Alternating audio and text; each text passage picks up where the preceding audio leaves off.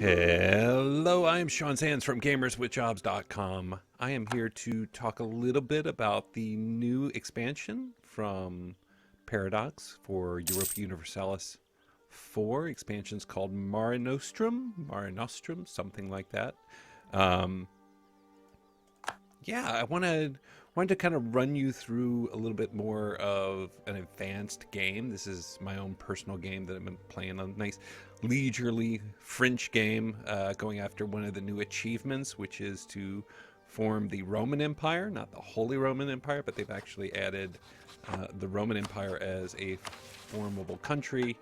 If you do a lot of stuff, specifically, you need to take over the regions of France, Iberia, Italy, the Balkans, Anatolia, and Mashrik, something like this over here in Syria, along with several key provinces like Wien.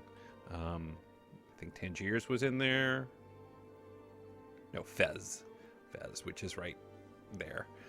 London, some others. Then you can form the Roman Empire. So I figured easiest country to probably do that with. Is easy country for everything, which is France. But I wanted to kind of take a mid-game because at this point, all the sort of mechanics of Mare Nostrum are in effect. So I wanted to show you those. One of the big ones that I want to talk about is this. So we've talked about regions, like you have the French region, the Italian region, Iberia down here. But they've also added this thing really called states, though these are segments within those regions. So you look at Iberia down here, or the British region up here, which contains these states like Wales and Wessex and East Anglia, Mercia, Northumbria, Lowlands, Highlands. And the reason these are important is because each country, your country that you run, is equipped to own a certain number of states, equipped to sort of have the development to manage that number of states. If you go over that number, you get corruption, which is a thing we'll talk more about in a second. So let's say that you were playing Britain, but you, for some reason, only had up here through Lancashire and Yorkshire. But you had, Yorkshire as one of your, Northumbria as one of your states. If you came and invaded and took Cumbria back or Northumberland back, you would just, assuming you didn't have a core on them already, you would core them as normal. You'd pay the normal cost. Let's say I was playing as France, and for some reason, I think let's take a look at the areas again for France. For some reason, let's say, Gascony. The game starts out with both Gascony and Laborde, as well as Co and Normandy, as parts of England. So when I take those back at the beginning of the game, you can see they're part of the Guyenne area. They're part of the Guyenne state. I don't know if I'm sure I'm not pronouncing that correctly. My apologies. So when I core those, let's assume they weren't already cores, I would spend the normal amount that you're used to for those coring costs. However, if you take over an area that isn't part of your current states, and you can always check and see how many states you have access to over here. Right now I'm pretty advanced in the game. I can have up to 30 states, up to 43 states. I have 30 right now. Before I'll start taking corruption for having those states. But let's say you take over, like over here. I just had a war with the Ottomans, and I took these two provinces, Marash and Sivas. Again, I'm sure I'm pronouncing this wrong. These aren't parts of, the states that I already own. They are independent. They are part of, Dulkadir and Rum. And you can see here, I'll show you, this area here, not a state yet. I haven't established it as a state. Even over here, Rome, I have not established that as a state yet. So these territories are a lot less expensive to core. You core them, and it's only going to cost me 66 here. I clicked the wrong one. So, I just took these two over. It's going to be pretty cheap to get these guys cored, which is nice.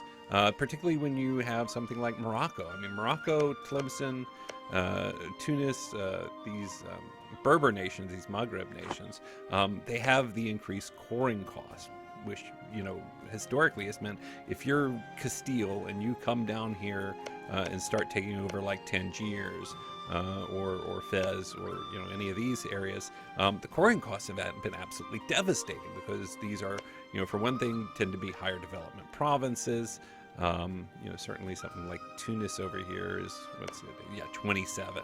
Plus it has, the increased coring costs. You'd be normally looking at like 200 or 300 admin power to core, but it's not that much. I mean, this is still pretty hefty, but it's only 135 here. Fez is only 85, because these are territories. They're not part of your formal state structure. So if I came down here and took Melilla, I'd only pay 35 admin to get that coring cost. However, it would just remain a territory. And as you can kind of see over here, that means you're stuck at 75% autonomy. It acts like it's distant overseas. But it does not impact your overextension. But let's say you don't want that. Let's say, like here, I just annexed Bulgaria. It was a vassal of mine. And now I have all these provinces, Sofia, Tarnovo, Constantinople. These are now territories of mine. But let's say I want to make them states. So what states do we have over here? Let's say I want to take Bulgaria and I want to turn that into a state. So I already cored all these, but when I hit this button, it's going to transition from a territory into a state. Now that's got a great advantage. It's going to cost us a little bit of maintenance, but it's going to add a good amount of money to our pool. And I won't even have to core them, because let's do a better example, because it was a vassal. Ignore that. But let's say, as long as we're at it, let's say we want to core Rome over here. So the area of central Italy. Do the same thing. I can turn that from a territory into a state. And when I do, it gives me some more money. And as you can see, we just did a couple of territories. So now we're up to 32 states, still well under our limit. But now I have to pay the rest of the coring cost. So that discount you get at the front, it comes when you actually turn it into a state. So I'll have, earlier when I originally took Rome, I probably paid about 100 admin to core it as a territory. Now I got to pay the rest, because that original amount is just sort of the initial cost. The nice thing about it is it really allows you to better manage when you're going to core areas and what you want to core and what you want to spend on. So if you really want to expand and be a very vast country, but you don't necessarily need all those areas. Like, you may come up here and plow through Russia, but what's the point of, turning all this into states up here? Doesn't have a lot of value. And of course, the estates still demand their control. Let's take care of that real quick. Gotten a little, let's see, clergy. Let's get the clergy over here.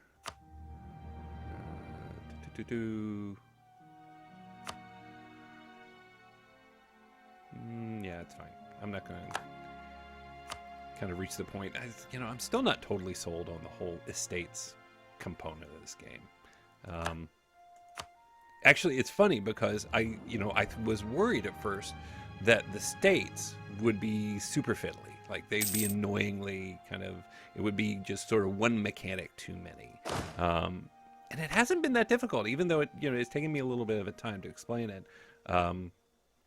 It's fairly intuitive once you've got it down. I have not found it problematic. In fact, I think I quite like it as a way to sort of better manage your expansion without just suffering these massive coring costs.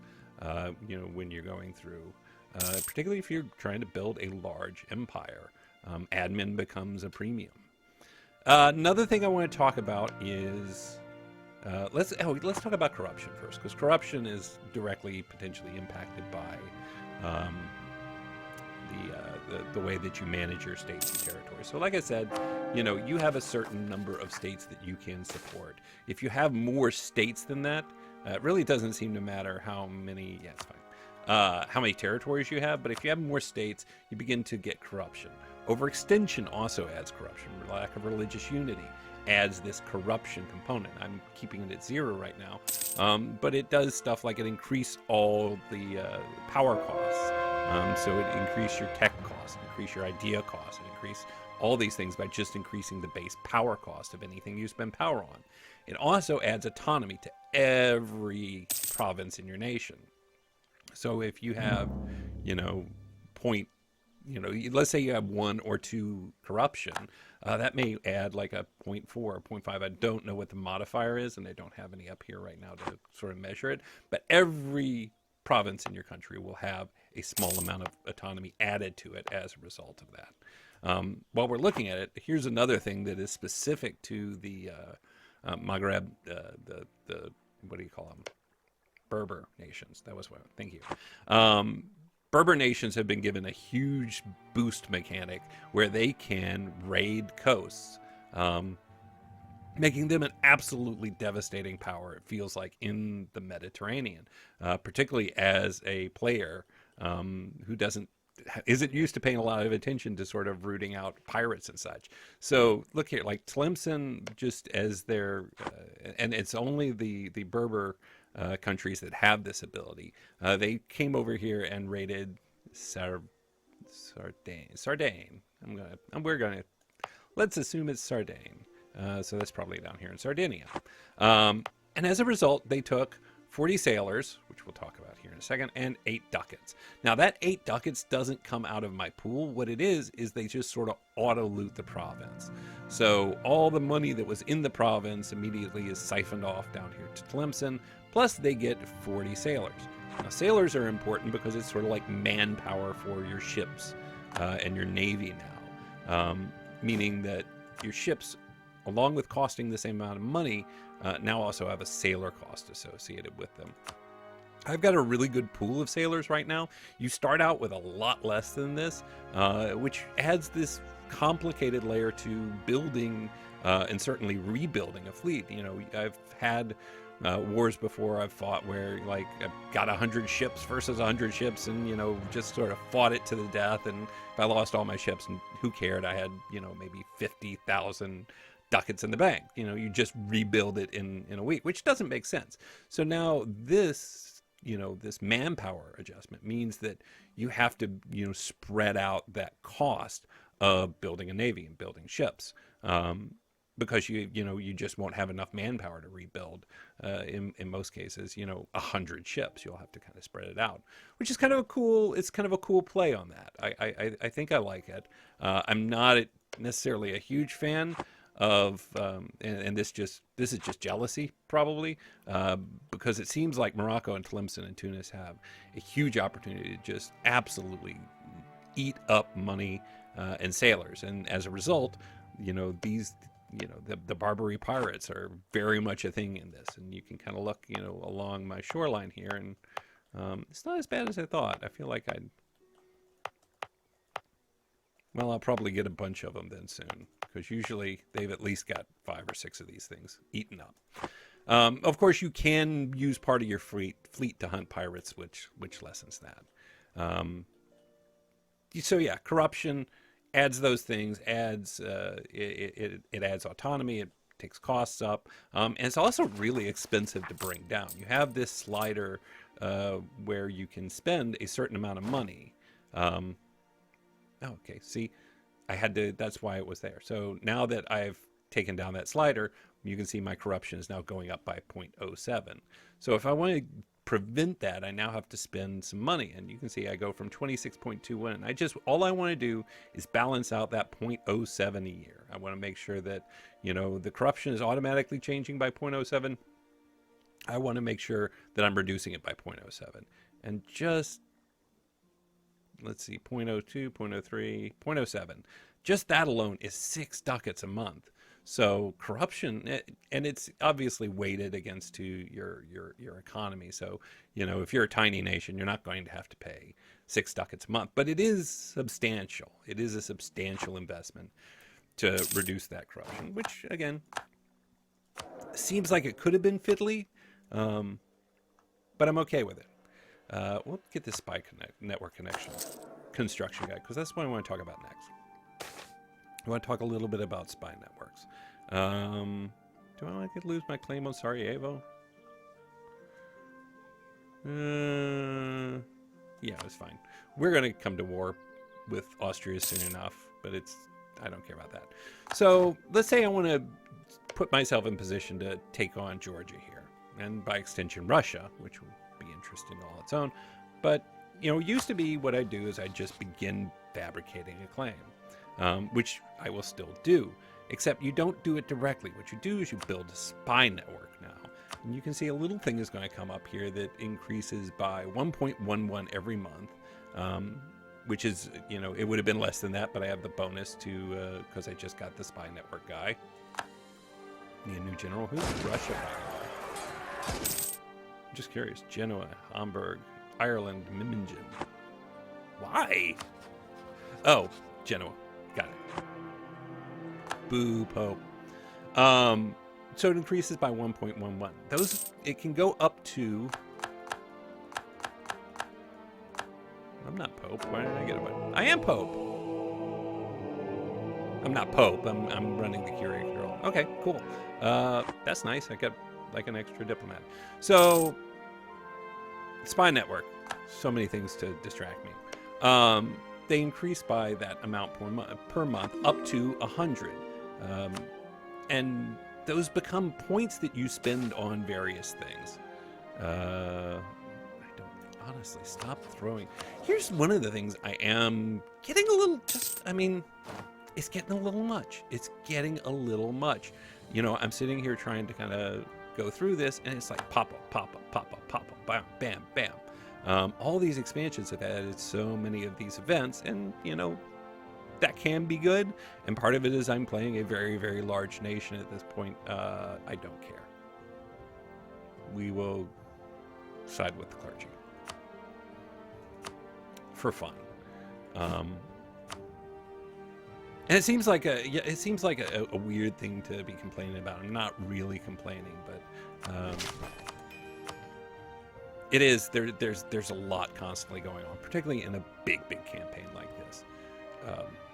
So the spy network becomes this pool of points that you spend on instead of, kind of just doing whatever. Like, for example, if I want to support rebels, it used to be you just click support rebels, threw a bunch of money at it, and you win. Now I have to have 60 of these points before I can do it. But then it's also, on the flip side, usually a little bit better and more friendly a mechanic. Supporting rebels now means once I have this level of network within the country that I want to support rebels with, it is you just click it and then you spend one flat amount of money and those rebels are supported to a degree. You can obviously do counter espionage, so as you're doing all these things, your enemies are doing it to you, and so are your allies. It also has made the espionage tree, the idea tree here, a little more interesting. I don't know that I've ever taken the espionage tree, but I might consider it. I like this foreign spy detection. That's just valuable now. As a diplomat, the network construction, again, if I had this, I would be increasing by like 1.7 per tick. As opposed to 1.11, meaning that espionage now means I can do loose tradition. I can do things like fabricate claims faster, because here's the thing, and also this is cool. I'm going to use up all my diplomats for a second. You go to Austria, and you for no reason to go to Bohemia. So I have all my diplomats taken care of, but I have these 11 points with Georgia. Meaning that I can still instantly fabricate this claim. So instead of you click the fabricate claim button and you wait a while as you do that when you risk getting discovered and then it takes that much longer, it's just click, bam, done. And now I have that claim instantly. And I didn't need a diplomat to do it. My diplomat is sort of already helping build that spy network. It's just these points that you spend. This change takes out several things. For one, I mean, previously, when you were trying to fabricate a claim, if you were discovered, that would all of a sudden increase the amount of time it took to fabricate that claim by like 4. So you could be looking at 5 or 6 years trying to fabricate one claim. Another thing is it also reduces that aggressive expansion related to claim fabrication. So yeah, there's no aggressive expansion, and you don't risk any, because if your network gets discovered, what happens is that diplomat is simply expelled from the country, and you can't do any more spy stuff for I think it's 5 years. So there is still a potential downside. You can get discovered. Risk of discovery is 0 here, but for a variety of reasons. But if you're, against an equivalent country, let's see, what would happen if I built a spy network in Austria? Well, I have no risk, but I've definitely gotten caught before, so I know it shows up sometimes. I don't know what the threshold for that is. But if you do get discovered, then you can't build a spy network for 5 years. And it reduces your points to the nearest low factor of 25. What I mean by that is if you have built up 30 points and you get discovered, it's going to immediately kick it down to 25 points. And these points deteriorate quickly, so you'll want to spend them very fast if you are discovered. If you had 84 points, then it would reduce it down to 75. So like the next lowest multiple of 25 is what your points will be kicked down to, and then you can't do any more spy network for a couple of months, or like 5 years. And we're going to go ahead and fabricate this other claim as soon as it ticks. And then I'm going to show you a couple of things with war. But to do that, particularly if we're facing the prospect of being up against Russia, we might want an actual force over here. So let's bring some guys over here, and then we'll mess with Georgia. And by extension, Russia. And I'll come right back once they're over. And we're back. We almost have our army in position. Here's an example of what I was just talking about. In this case, we caught a diplomat from Russia who was building a spy network. The moment that happened, the diplomat was expelled, and their spy network was reduced to 25. So we know that he had amassed a number between 25 and 49 as far as his spy network. We don't know what he did with it. He may have had a much bigger number and done stuff with it or not. Before we start this war, one other thing I do want to talk about is trade leagues, which is a cool mechanic that I haven't played with yet. It's part of merchant republics, so Lübeck, Genoa, Ragusa, Venice, if they still existed, Novgorod. I think there's somebody else. I never can remember. There's one more merchant republic, but I never can remember who it is. What these are, and you can kind of see here, a trade league with Bremen, Hamburg, Nuremberg, and Anhalt. So let's see, Bremen's right here. Hamburg is this area somewhere, isn't it? Hamburg, there. Nuremberg and Anhalt. Anhalt's here. I forget where Nuremberg is. Well, yeah, there.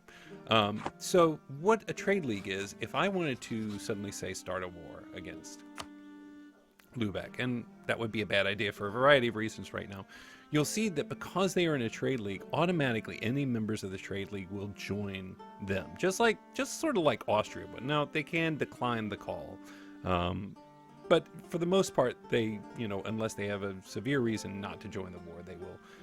If any member of the trade league is attacked, everybody in the trade league should join that defensive war. Now the rules of it is that merchant republic can sort of form and create the trade league, and they can invite member states in, but that member state has to be a one province minor. So if you look at Anhalt, it's a one province minor. Nuremberg, one province. Here Lübeck is actually 2 provinces, and that demonstrates the other point, which is it doesn't matter how big the merchant republic is. When they create it, they can grow.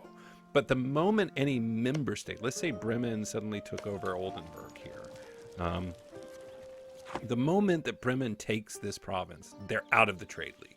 They cannot be a member of a trade league with more than one province. The country that forms the trade league, they can be, large as they want. But yeah, I like this idea because I think it adds a mechanic that helps sort of preserve these one province miners early in the game when they have a really hard time, finding good alliances and finding good, partners who will protect them. I've started many a game where it's like, I'm a one province miner. There's no chance I'm going to have, an Austria or a France or a Poland on my side. And it just becomes sort of chaos. This sort of helps stabilizes that a bit. I do like that. So we're going to declare war on Georgia because we built those claims. Russia will join, and that'll be fine. What tech are they on? They're on tech 17. I'm on tech 19. I think we'll be okay. Yeah, let's go ahead and get these guys over here. So we attack Georgia.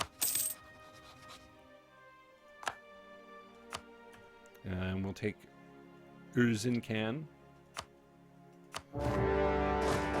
And that's all, relatively normal. I can call my allies. Oh yeah, okay, Poland, you do it too. You go toy with Russia. So one of the things I really like in this update, and I don't know if we'll see it strongly in action here, but one of the things that always sort of frustrated me was trying to use navies at war. I would see enemy navies and just try and get them and they dodge off this way, or it just never felt totally fair. I have this fleet over here, and the interface now has this section down here where you can select missions for your selected group here. And this includes stuff that used to be part of this hotbar, privateering and protecting trade, hunting pirates have all moved under missions.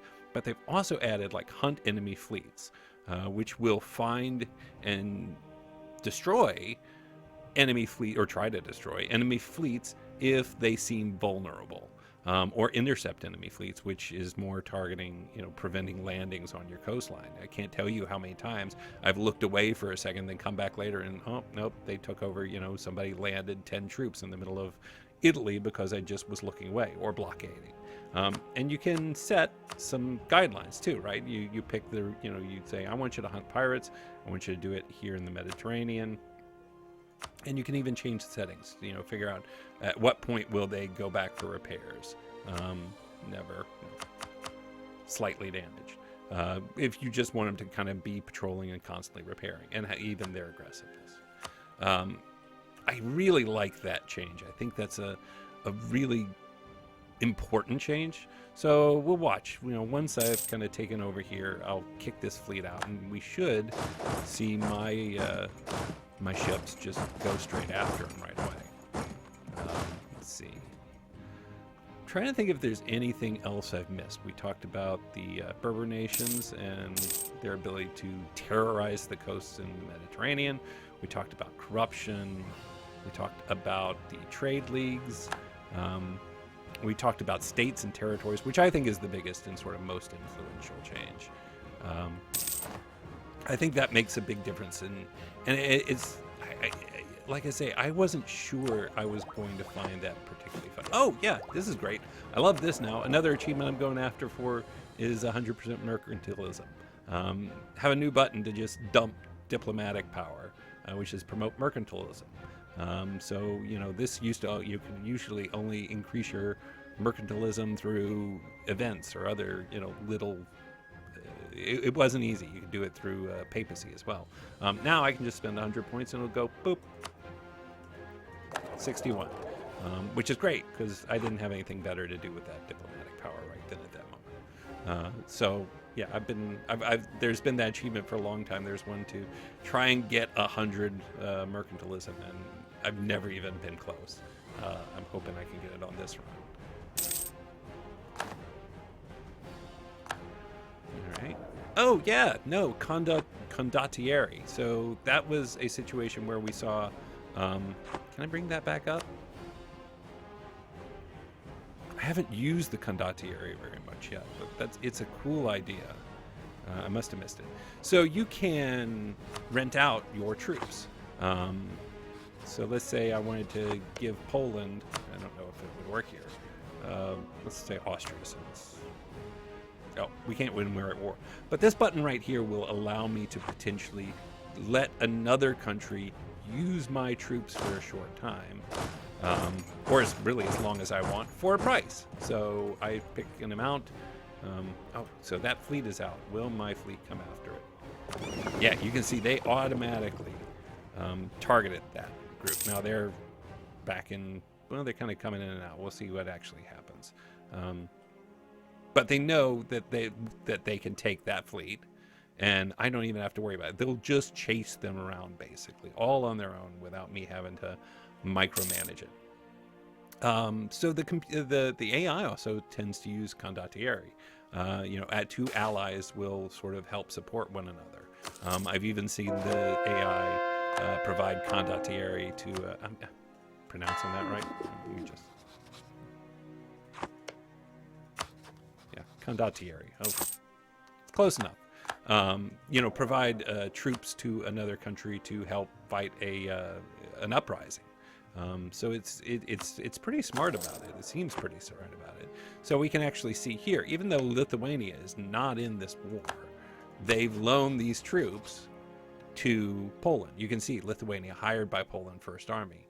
That means Poland paid some number of ducats to get the use of this troops to help fight this war. Here we go, another one.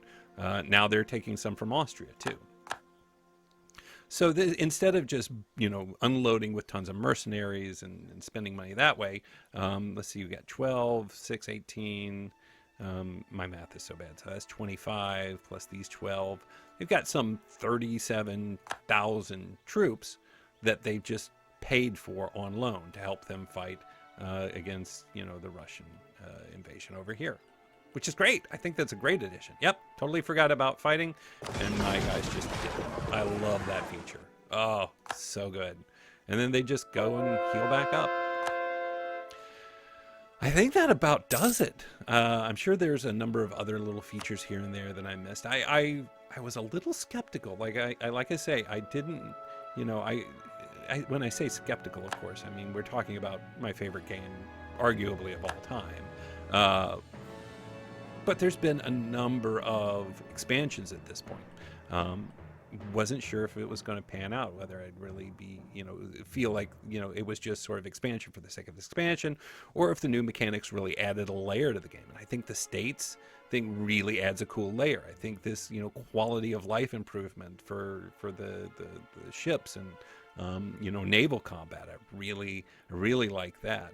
Condottieri, I'm looking forward to using that at some point. It's not really been effective in this campaign, but I can think of situations. One other thing worth mentioning is there's actually been a lot of map updates here as well. You can see, like in Ireland here, this used to just be 5, I want to say, provinces, but even more so down here, and unfortunately a lot of it's still under the fog of war. But there's been a huge map update to the Central African areas, the Lake Victoria area, and right through from God, I never can, Congo. Thank you. This all the way across is now traversable terrain that can be colonized, and there's a bunch of countries in there with their own ideas and their own systems. So it's really cool. Like, I mean, it's a really good expansion. I don't want to say pleasantly surprised, because that suggests probably something bigger than what I mean. But we're 7, 8 expansions in at this point. It's easy to kind of feel like you're just layering on top of layer on top of layer, and does it ever risk toppling? Mare Nostrum is solid, and I'm looking forward to just continuing to play with the mechanics in it for a while. So that's it. That's our quick look at the latest EU4 expansion. I'm going to keep playing this game probably, but for now, my name is Sean Sands from gamerswithjobs.com. Thank you for joining me, and I'll see you soon.